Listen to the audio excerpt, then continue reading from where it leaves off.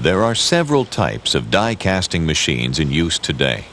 Most of these machines are hydraulically actuated and operate horizontally, but vertically operating machines are also utilized.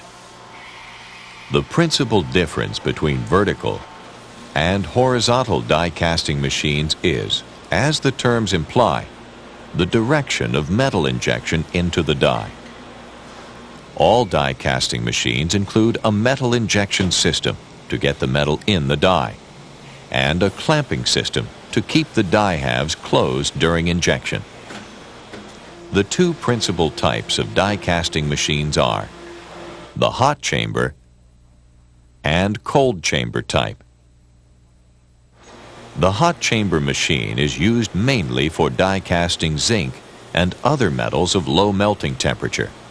However, it is also used to die cast magnesium.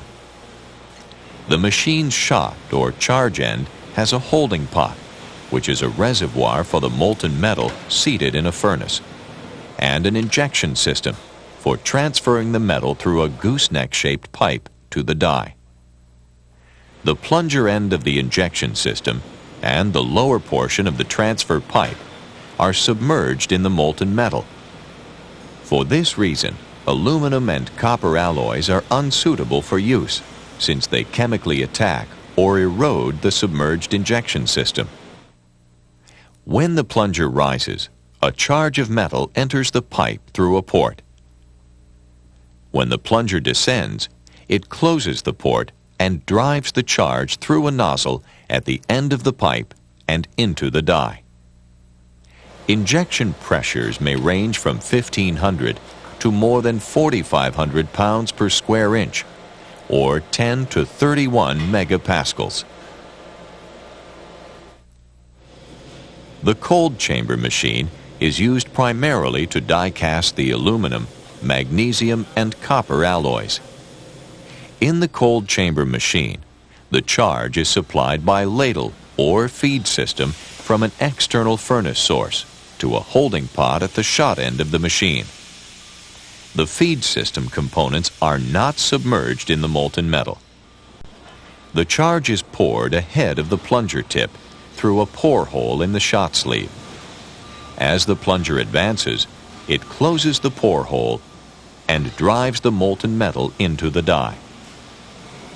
Injection pressures may range to 10,000 pounds per square inch or 69 megapascals for aluminum and magnesium, although some machines can provide still greater pressures. After the metal in the die solidifies and the die halves are separating, the plunger thrusts forward, extending the plunger tip past the cover die. This pushes the biscuit that solidifies at the end of the shot sleeve, assisting casting release. Dies are usually produced from hot work tool steels, mold steel, Mar-aging steels, and to a lesser extent, refractory metals such as tungsten and molybdenum alloys. All tooling materials are noted for high hot strength and high temperature wear resistance.